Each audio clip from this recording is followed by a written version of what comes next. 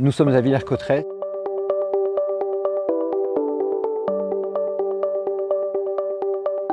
Sur le site du château construit par François Ier à partir de 1532 pour une fouille réalisée en partenariat avec le département de l'Aisne.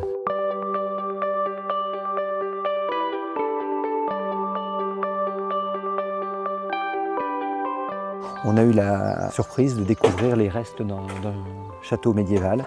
Un château donc, qui est constitué d'une tour quadrangulaire avec des contreforts d'angle et également d'une courtine dont le tracé a été repris par le château Renaissance. À l'angle de la tour quadrangulaire, nous avons découvert une latrine à l'intérieur de laquelle de nombreux objets ont été jetés, comme cette petite écuelle, probablement du XVe siècle, recouverte à l'intérieur d'une glaçure verte.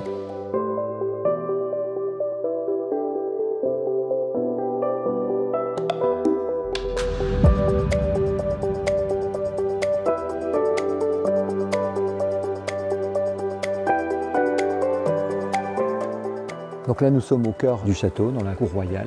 On a les appartements du roi qui sont de ce côté, les appartements de la reine qui sont de ce côté. Il faut donc imaginer ici des galeries sur 3 côtés dans lesquelles se tient le public pour pouvoir regarder les joueurs. Les balles utilisées sont assez lourdes. Les joueurs échangent la balle avec au moyen d'une raquette qui part au-dessus d'un filet. Des balles donc, qui rebondissaient sur les murs, également sur le toit de la galerie.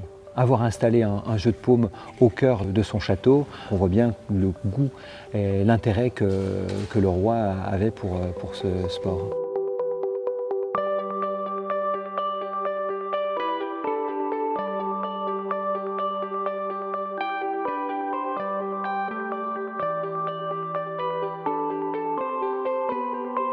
Ce mur-là a une particularité par rapport aux autres, c'est la présence d'un tambour. Donc, le tambour, c'est ce pan de mur incliné qu'on a sous nos yeux, qui avait un effet d'optique pour les joueurs et également des conséquences sur le rebond des balles.